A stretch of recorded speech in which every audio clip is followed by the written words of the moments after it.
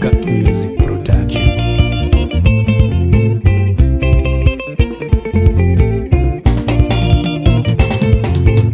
Vasikana vezvirwere zvekuoraora, vasikana vezvirwere zvekuoraora, vasikana vezvirwere zvekuoraora, vasikana vezvirwere zvekuoraora, vasikana vezvirwere zvekuoraora, vasikana vezvirwere zvekuoraora, vasikana vatipedza ava, vasikana vatipedza nemukondombera, vasikana vatipedza ava, vakomana vatipedza nemukondombera.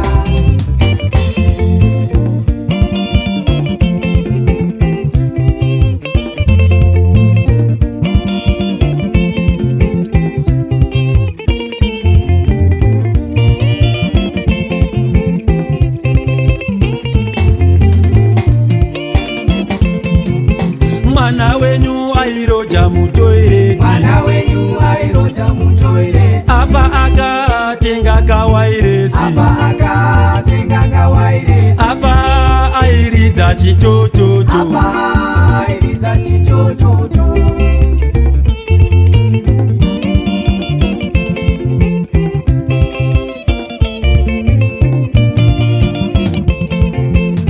vasikana vemaminimi, Vasikana vemamini maturaisa, vasikana vemaminimi, vasikana vemamini maturaisa, chitekete rumba, chitekete rumba, chitekete rumba, tekete rumba, chitekete rumba, chitekete rumba, chitekete rumba, tekete rumba, chitekete rumba, chitekete rumba, chitekete rumba. tekete rumba.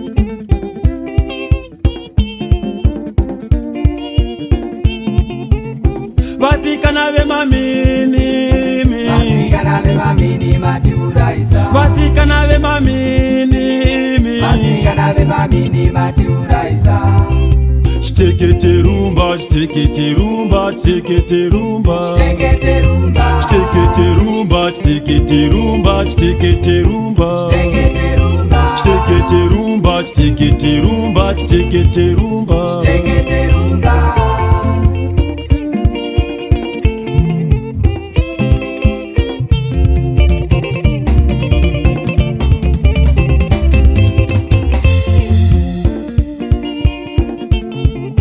Mwana wenyu airoja mutoireti, Mwana wenyu airoja mutoireti, apa akatenga kawairesi, apa akatenga kawairesi, apa airidza chitototo, apa airiza chichochocho.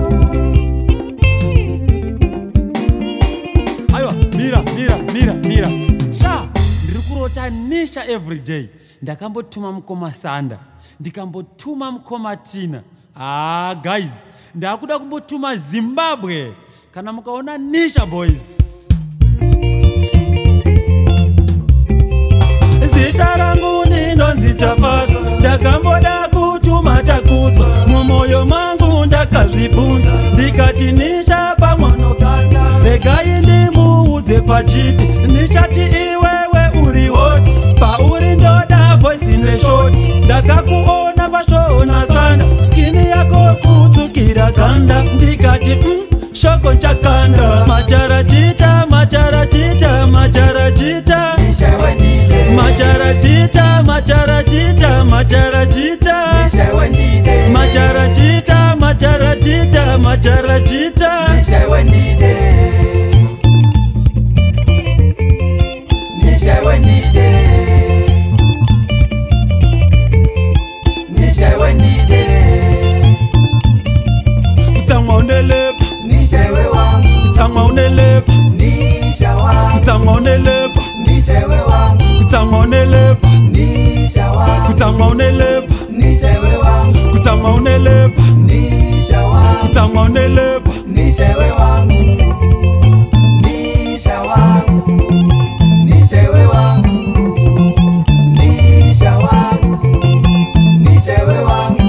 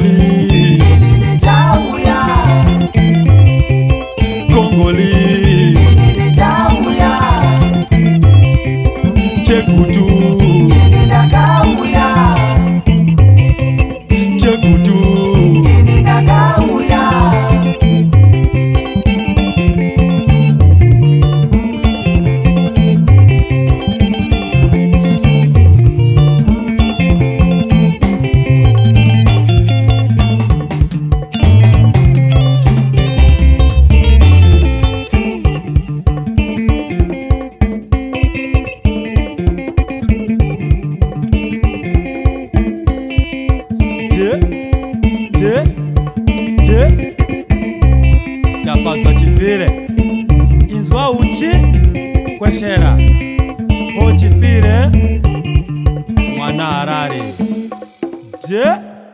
Dr. Lucky